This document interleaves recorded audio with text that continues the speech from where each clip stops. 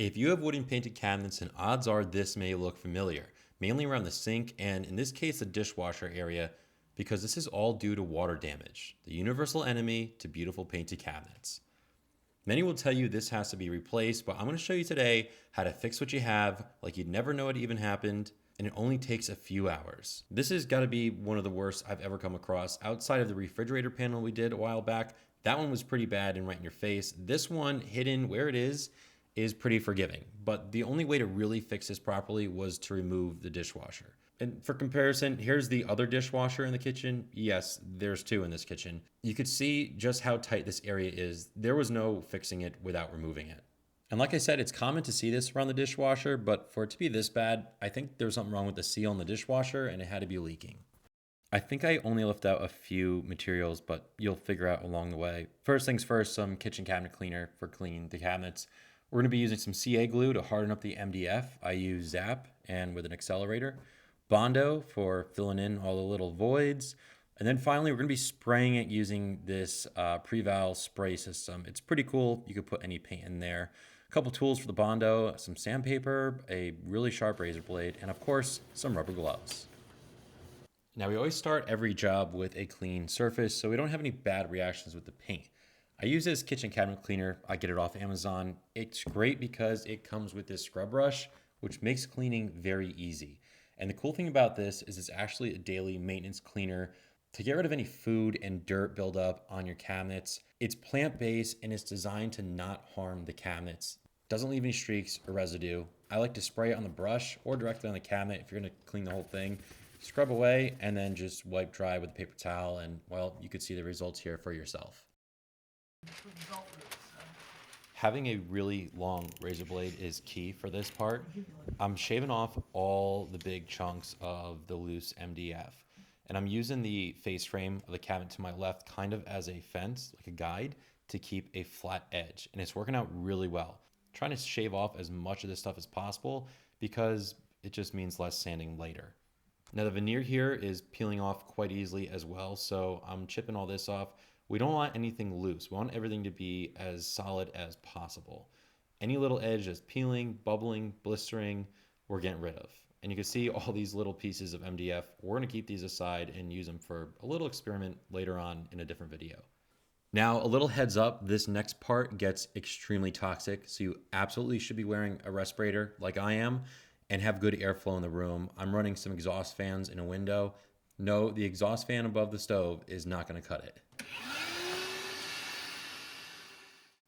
Now I'm pulling away the tape and the paper because I don't want it to get permanently stuck to the floor. We're gonna go ahead and take our pink CA glue and we're gonna use this to harden up the soft MDF. I hold a paper towel under to catch any drips, and I'm just loading this thing up, and you can see in just a matter of seconds, this thing starts smoking like crazy. It gets extremely hot. This stuff will burn your eyes, it'll burn your lungs. Nothing about this is good or really safe, so just please use precaution.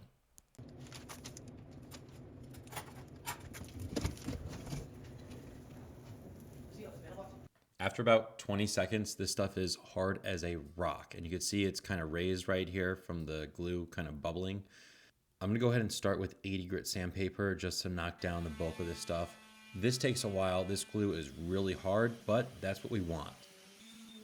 Even after the glue is cured and hardened, you could still use the razor blade to scrape off some high spots. A little harder, but it works. And I noticed down at the bottom here, it's kind of loose here. So I'm gonna use the green Zap. This has gap filling qualities. It's thicker, so it's great for this seam right here in between the two pieces, the face frame and the panel.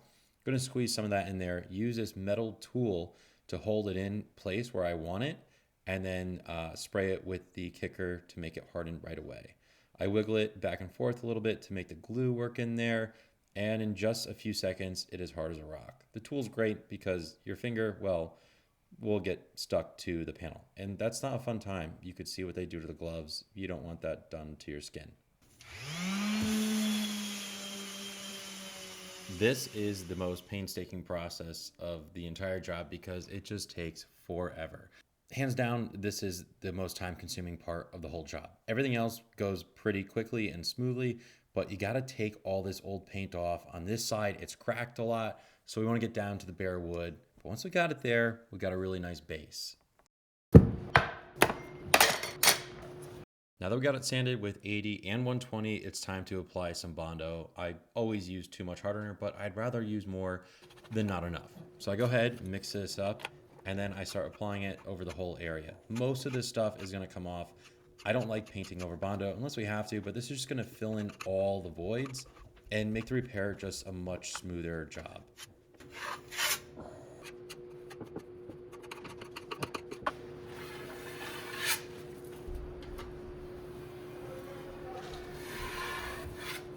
Now I know it's not pretty, but it doesn't have to be because most of this stuff is coming off. This is just to get the little tiny voids.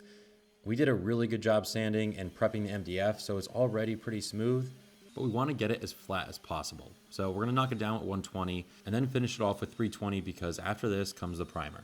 Little pro tip here, we're gonna take a piece of sandpaper and round off the edge. This way the paint can stick to it better. Paint doesn't like sticking to sharp edges, and this just gives it a more finished look at the end. We're gonna go ahead and mix up our primer inside the pre-val sprayer. Now, a lot of people have mixed feelings on this. Little tricky to use in the beginning, but once you get it down, it's a really great tool to use. It's only got like a 2 or 3 inch fan on it, which means very minimal overspray, which means very minimal masking, and it just makes the job a lot easier and faster. So we're gonna do like 3, maybe even 4 coats on this, building it up over time, letting it dry in between.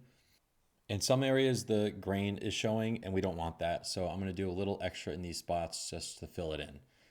Even after letting it dry for a full hour and speeding it up with the hairdryer to make it harden more, the primer is still very fresh and it likes to clog the sandpaper. So I'm very lightly going over it. You can see I'm hitting the paper to get the nubs off. Otherwise, because of the heat of the friction, it will kind of like bake itself into the primer. Kind of like what I did right here. Just very lightly let the machine do all the work. There's no rushing this. Take your time. The smoother the primer is, the smoother the paint will be, the better the repair comes out. I mix up the paint in another pre-val, and I like to heat it up a little bit with a hairdryer. Not too much because you don't want this thing going boom, but it makes it spray a lot better.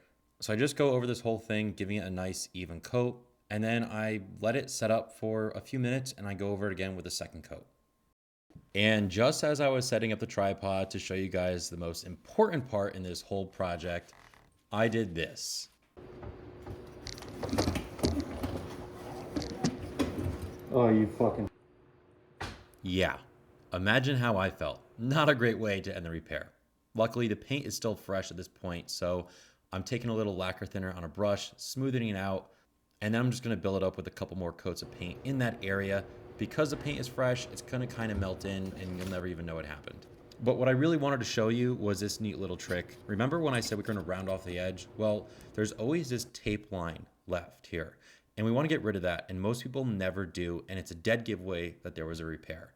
So I fold up this paper towel, soak it in lacquer thinner, and lightly rub against it, and like that, it's gone. Now, as you can imagine how distraught I was feeling, I completely lost track of what I was doing. And I was just so focused on getting this thing fixed and getting out of here. I forgot to take an after video to show you guys the end result. But from here, you could probably tell it came out pretty good, and you'll have to take my word for it.